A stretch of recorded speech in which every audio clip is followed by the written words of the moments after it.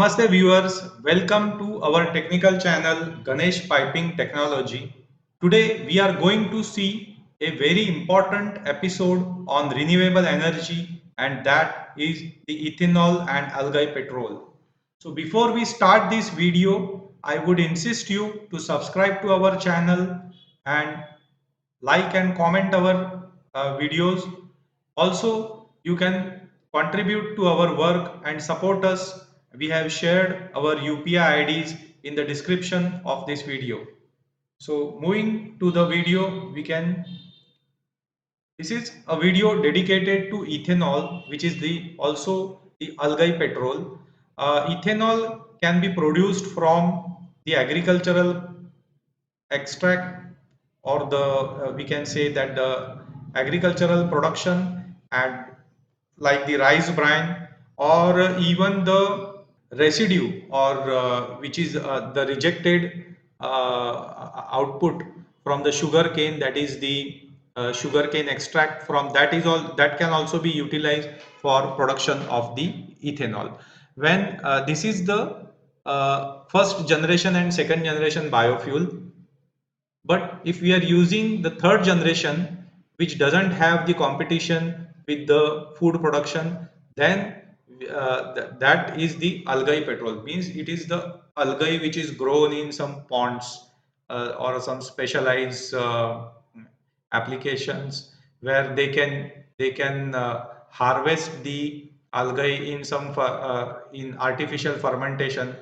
Uh, so that petrol which is produced from that algae, that ethanol which is produced from that algae, when it is blended with the petrol we get is called as algae petrol. When the ethanol is blended with gasoline at a concentration of 5 to 10% is called an ethanol petrol. When ethanol is produced from algae is blended with gasoline at concentration of 10% is called algae petrol. So now for 5 to 10% of the ethanol blending, we did not have to modify the existing auto engine or the petrol engine. But if it is 20%, which is in still experimental stage, and even the 100% ethanol, if it is utilized, then some modification of the engine design is required. Otherwise, for 10% we can utilize the same. So this is the same engine. So this is the ethanol blending process. So here we can see it is the petrol. We are having the petrol, and these are the settling tanks where we can the ethanol is mixed up with the petrol, and this is the wastewater of the blending process. Initially there is a distillation column through which we get the ethanol. It is distilled out, we can see here, and again from that process of distillation we have this wastewater. So there are two types of wastewater. One is the production of the ethanol in this distillation column, and the second one, the ethanol, which is this is the ethanol vapor, which is cooled in this condenser, and here we get the ethanol. Now it is sent to this settling tank where it is blended with the petrol, and again it is then sent to the settling tank, and this is how we get the wastewater for the first cycle, and this is the second cycle, and this is the first cycle, where we have the first stage of the process, and this is the second stage of the process, blending with the petrol.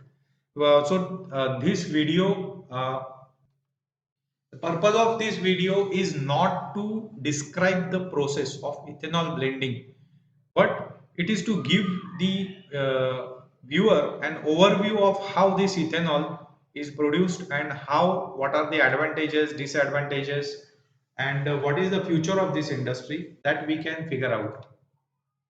So of course, this is the benefits of the ethanol algae petrol. So extend the supply of gasoline, because the requirement of gasoline is reduced by 10 to maybe 20%. Minimizes dependency on the fossil fuel, because the fossil fuel consumption has been minimized because of blending with the ethanol. Ethanol increases the octane level. So this is a good news, because if the octane level is a good, then we have the improved combustion of the complete combustion of the fuel. Helps reduce the global warming, because CO emission, that is the carbon monoxide emission, is reduced greatly because we have a good and efficient combustion of the fuel. Then ethanol fuel is cost effective compared to the other biofuels. So now these are the key drawbacks of this algae petrol or ethanol. A loss of mileage, because when we blend the petrol with ethanol, then there is of course a loss of average or mileage. Then water attraction, because it has a affinity for water, it attracts the water, and when it attracts the water, it corrodes the fuel tank in which the petrol is stored. When it attracts the water, in the presence of water, this ethanol gets converted into water itself, and when it turns into water, there is a phase separation takes place. So the lighter the fossil petrol is gasoline that is lighter than this water, so it forms the top layer and the bottom layer is the water. So this is the phase separation, and it is a complete loss of that 10% ethanol which cannot be utilized as a fuel. So these are the chief drawbacks what we have seen. And how you like this video? Like us, like this video, comment on it. And also, it is very important for us that you subscribe to our channel and share this information with your friends and colleagues so that they can also benefit from this informative sessions. And once again, contribute to our efforts in our UPI IDs that are given. Thank you once again for watching this video. Enjoy and happy learning. Good day.